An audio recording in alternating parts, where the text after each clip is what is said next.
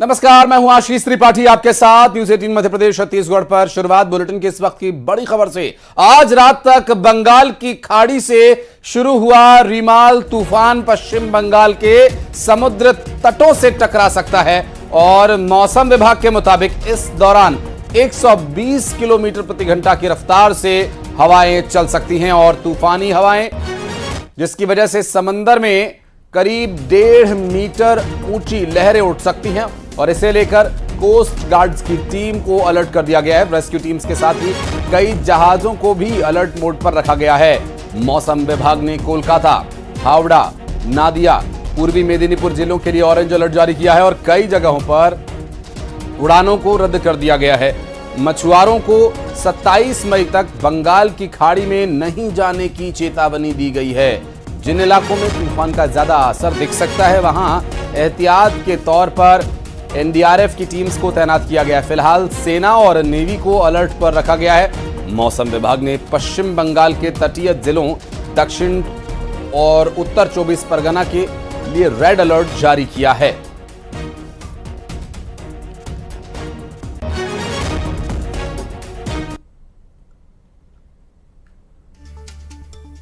आपको बता दें कि ये पूरा तूफान आज रात बंगाल की खाड़ी से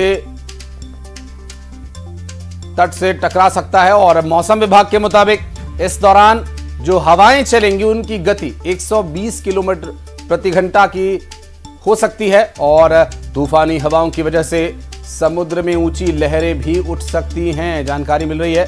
और साथ ही आपको बता दें कि कोस्ट गार्ड्स की टीम को भी यहां पर तैनात किया गया है रेस्क्यू टीम्स के लिए। साथ ही कई जहाजों पर भी अलर्ट मोड ऑन कर दिया गया है।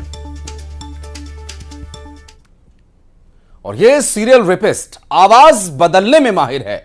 मैजिक वॉइस से इस दरिंदे ने वहशीपन का वो खेल खेला जो रोंगटे खड़े कर देगा। मैडम बनकर कॉलेज की छात्राओं से आरोपी बातें किया करता था और फिर उन्हें मिलने के लिए बुलाता, वो भी स्कॉलरशिप के बहाने। पहले रेप और फिर छात्राओं को जान से मारने की धमकी और फिर मोबाइल लूट करके दूसरे शिकार की तलाश पर निकल जाता। आप भी देखिए सनसनीखेज खुलासा, 7 छात्राएं शिकार, मैडम सर की हैवानियत, जले हुए हाथ से खुला हैवान का राज।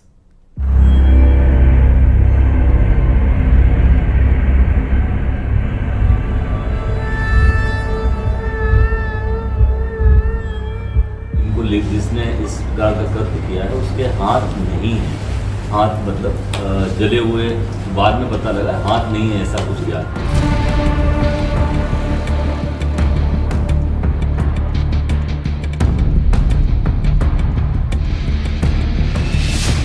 मैडम सर की हैवानियत,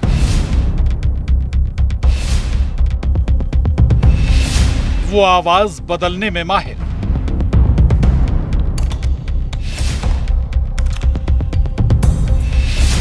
लड़की की आवाज, दरिंदे ने बदली पहचान।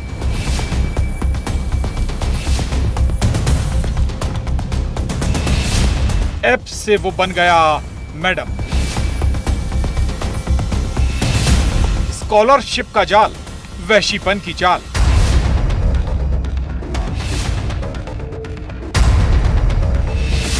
बंद कमरा, दरिंदे की डर्टी पिक्चर।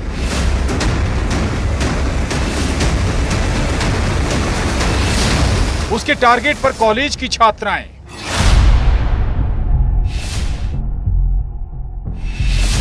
सात छात्राओं के साथ दरिंदगी।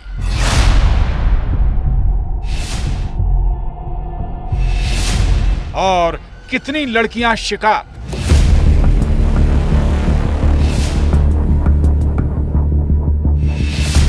सीधी का सीरियल रेपिस्ट।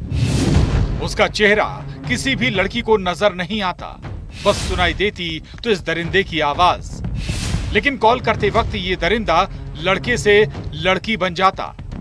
मैडम बनकर कॉलेज छात्राओं से बात करता। लड़कियों को लगता मैडम बात कर रही हैं, लेकिन ये मैडम नहीं बल्कि 30 साल के ब्रजेश प्रजापति की वो चाल थी जिसके डर्टी गेम के बारे में सुनकर आप भी हैरान रह जाएंगे। इस हैवान ने कबूल किया है उसने अब तक 7 छात्राओं के साथ दरिंदगी की है। सीधी के इससे शैतान का काला चिट्ठा सुनिए, जिसके निशाने पर थीं छात्राएं।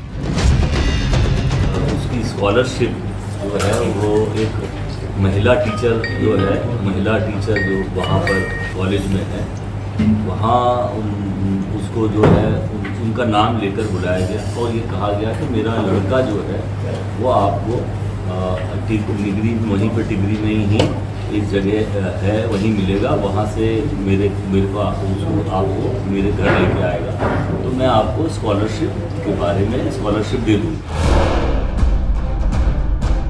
सीधी से करीब 50 किलोमीटर दूर एक थाने में 4 छात्राओं ने आरोपी ब्रजेश के काले कारनामों का खुलासा किया, जिसे सुन किसी के भी होश फाख्ता हो जाएं।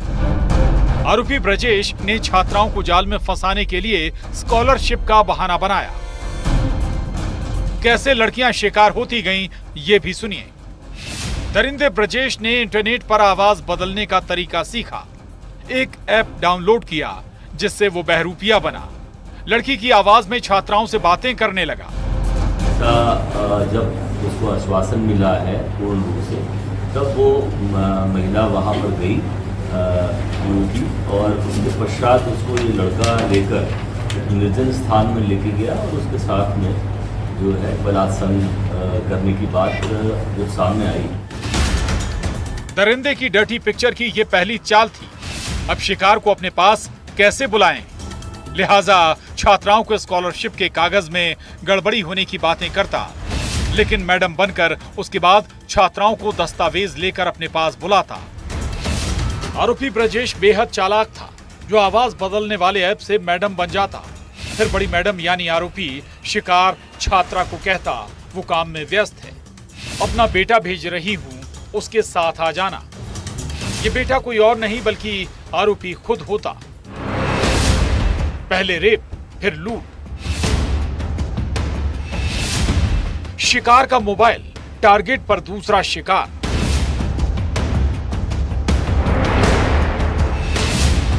हेलमेट, ग्लव्स पहनकर जाता हैवान।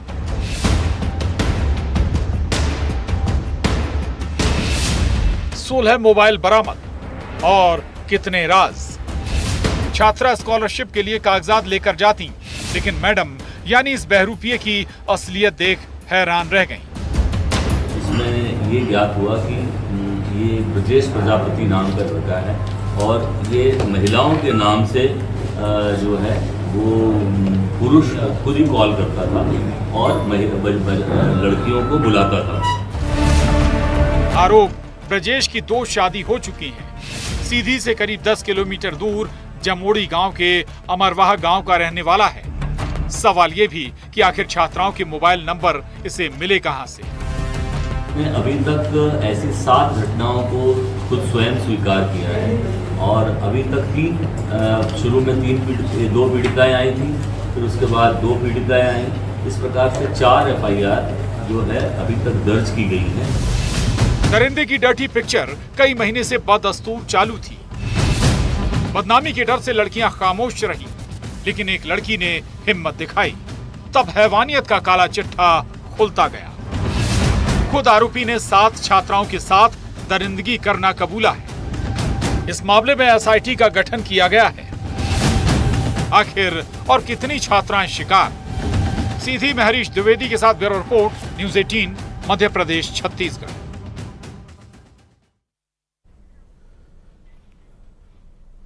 और यूक्रेन में युद्ध के दौरान पुतिन ने एक बड़ा फैसला किया। रशिया के स्कूल्स में अब छात्रों को AK-47 जैसे हथियारों की ट्रेनिंग दी जा रही है। सवाल ये कि क्या रशिया में अब स्टूडेंट्स एक बड़े और लंबा चलने वाले युद्ध के लिए तैयार किए जा रहे हैं?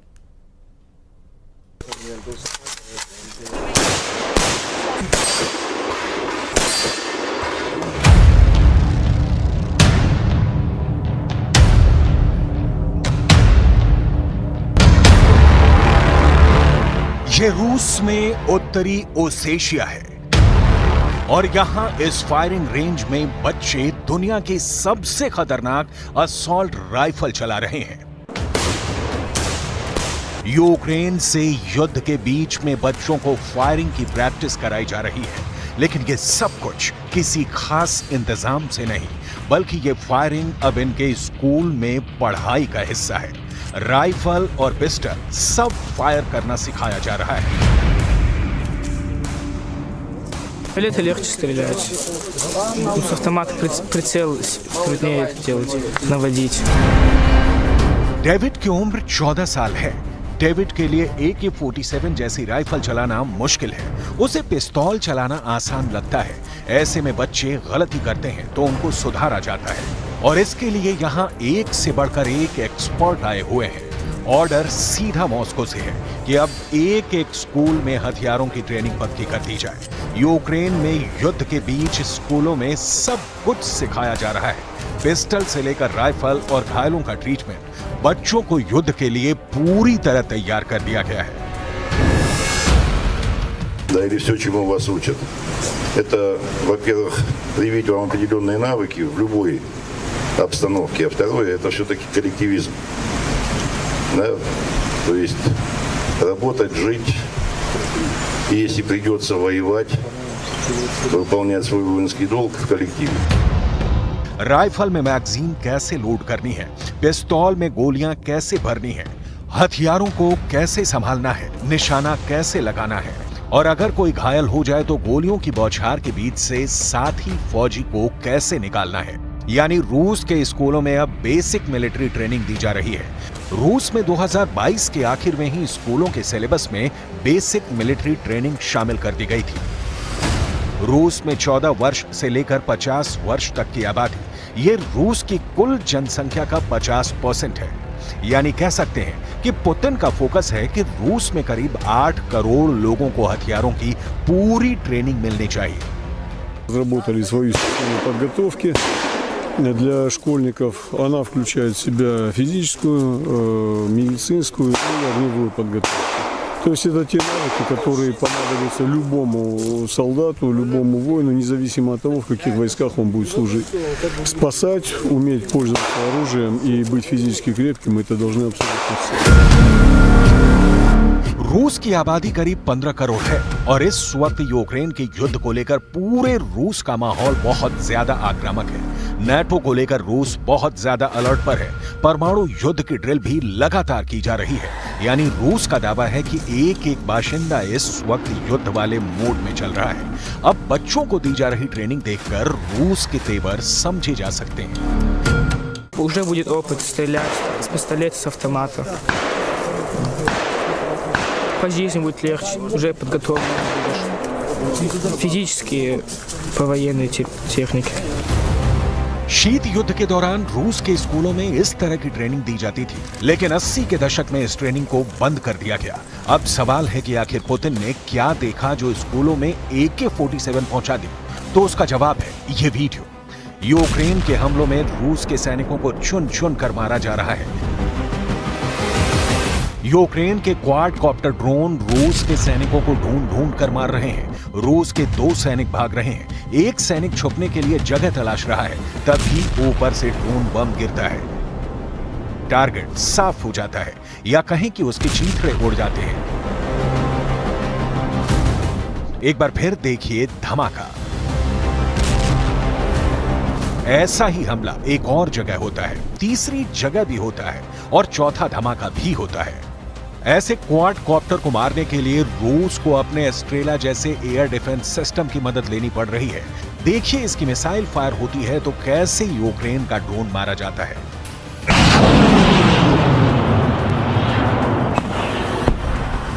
रूस और यूक्रेन के बीच बहुत ही भयानक युद्ध चल रहा है। ये खार्किव में हुए रूस के मिसाइल अटैक का नतीजा है। सब कुछ तहस नहस हो गया है। यहाँ पर 7 लोगों की जान तो फौरन चली गई, 16 से ज्यादा घायल हैं। खार्किव यूक्रेन का दूसरा सबसे बड़ा शहर है, और इस वक्त खार्किव को जीतना पुतिन के लिए सबसे बड़ा मकसद बन चुका है। जब ज़ेलेंस्की को पता चला कि पुतिन ने यहाँ 15 मिसाइल एक साथ फायर की है, तो ज़ेलेंस्की भागे भागे खार्किव आए और हालात का जायजा लिया। यहाँ का हाल देखिए। ये जगह एक प्रिंटिंग हाउस बताई जा रही है। ज़ेलेंस्की ये सब देखकर बहुत ज्यादा परेशान है, क्योंकि पुतिन के हमले अब रुकने का नाम नहीं ले रहे हैं। були влучання. Це You can see that the Russians hit the factory, which was a printing house. Books and workbooks were printed here. Unfortunately, it was during a work shift when the S-300 missile hit. It was a direct hit on a place where people were working. ये Putin का operation anaconda है, जो बहुत आगे बढ़ चुका है। Target पर हैं ज़ेलेंस्की और उनकी फौज, जो खार्किव में घिर चुकी है। खार्किव पर कब्जे के लिए जब से ऑपरेशन एनाकोंडा शुरू हुआ है, यूक्रेन की फौज के पैरों तले जैसे पूरी जमीन खिसक गई है। रूस को जहां मौका मिल रहा है, वहां बम बरसाए जा रहे हैं, मिसाइलों की बारिश हो रही है, बहुत ज्यादा तबाही हुई है।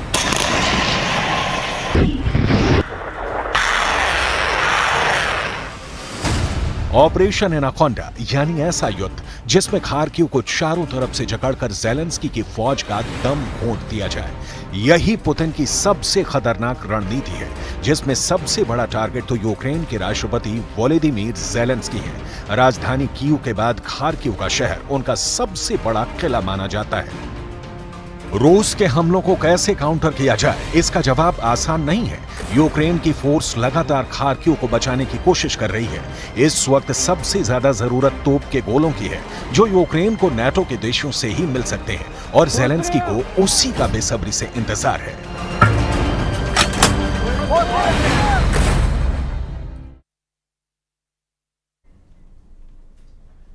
रशिया यूक्रेन जंग में पिछले 24 घंटे में एक बहुत बड़ा उलटफेर हुआ। यूक्रेन रक्षा मंत्रालय ने दावा किया कि उसने सिर्फ एक दिन में रशिया के 13 टैंक्स और 42 तोपों को तबाह करके रख दिया। वहीं दूसरी तरफ पुतिन एक बार फिर से यूक्रेन से कह रहे हैं कि अगर उसने नेटो और पश्चिमी देशों से और ज्यादा घातक हथियार लिए तो फिर यूक्रेन का विनाश कोई नहीं रोक पाएगा। За победу! Ура!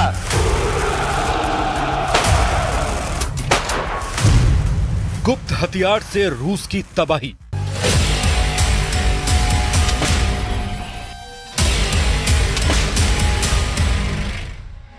सात मई 2024 को पुतिन ने 5वीं बार रूस के राष्ट्रपति की शपथ ली और शपथ के ठीक 3 दिन बाद 10 मई 2024 से यूक्रेन पर तूफानी हमले शुरू कर दिए। इधर अपने टॉप कमांडरों के साथ राष्ट्रपति ज़ेलेंस्की वॉर रूम में नक्शे में यह समझने की कोशिश कर रहे थे कि यूक्रेन के पूर्वी शहरों को कैसे बचाया जाए।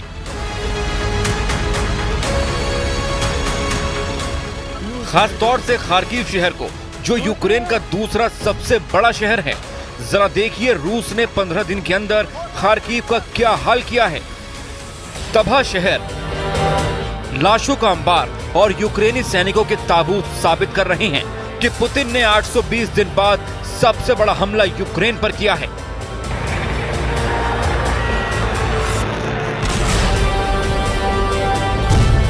एक दिन में रूस से 800 दिन का बदला। लेकिन हारते यूक्रेन ने पिछले 24 घंटे में कुछ ऐसा किया है जो रूस की सेना पर बहुत भारी साबित हुआ है। कुछ खुफिया खबरों में दावा किया गया है कि यूक्रेनी सैनिकों ने उत्तर पूर्व में रूसी सेना की कमर तोड़कर रख दी है। यूक्रेनी सेना ने 1500 से ज्यादा रूसी सैनिकों को मार डाला है।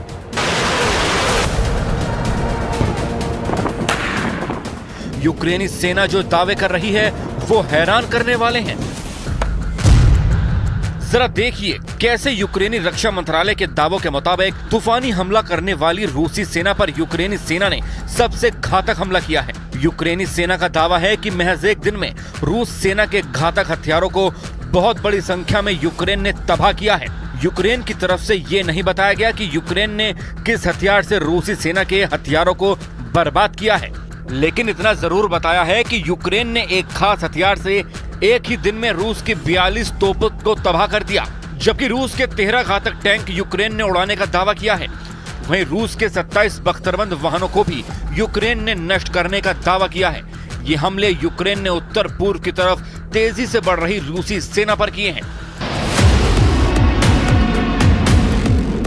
अब आप ये भी जान लीजिए कि रूस ने महज 15 दिन में यूक्रेन को कितना नुकसान पहुंचाया है और अब तक यूक्रेन के कितने हिस्से पर रूस ने कब्जा कर लिया है। रूस यूक्रेन के उत्तर और उत्तर पूर्व इलाके पर सबसे तेज और सबसे बड़े हमले कर रहा है। रूसी सेना 10-10 की टुकड़ियों में हमले कर रही है। इस वक्त ज्यादा बेहतर और बड़ी संख्या में रूसी तोपखाने और टैंक खार्किव पर हमले कर रहे हैं। पिछले 24 घंटे में खार्किव में रूसी मिसाइल हमले में, जिसमें दर्जन भर से ज्यादा लोग मारे गए, रूस ने अप्रैल से पूर्वी मोर्चे पर हमले तेज कर दिए हैं। दावा किया जा रहा है कि 800 दिनों से ज्यादा की जंग में रूस ने 18% से ज्यादा यूक्रेनी इलाके पर कब्जा कर लिया है।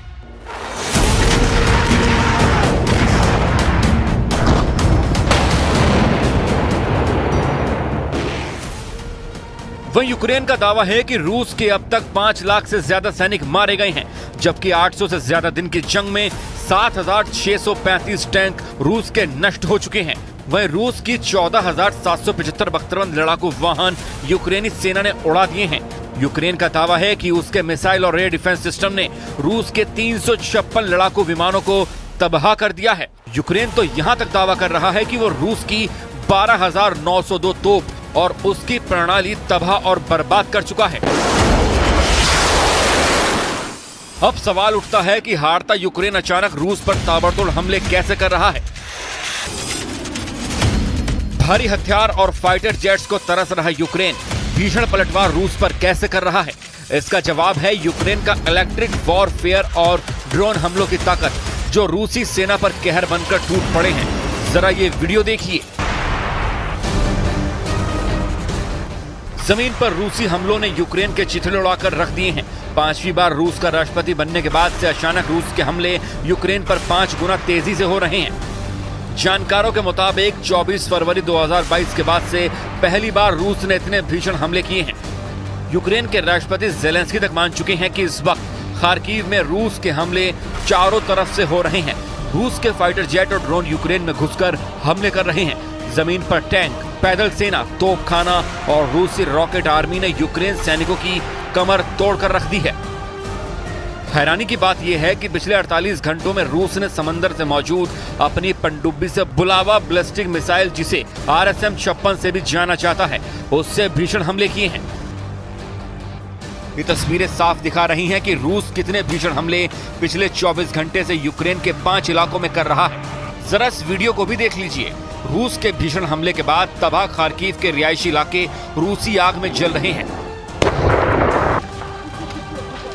हालात ये है कि यहाँ यूक्रेन के लोग तेजी से इलाके खाली कर रहे हैं। हारते यूक्रेन ने भी रूस पर कुछ ऐसे हमले किए जिसकी कल्पना रूस ने कभी नहीं की थी। अमेरिका ने यूक्रेन को बेहद लंबी दूरी तक मार करने वाली ऐसी मिसाइलें दी हैं जो पिछले 24 घंटे में रूस के लिए यमराज बन चुकी हैं।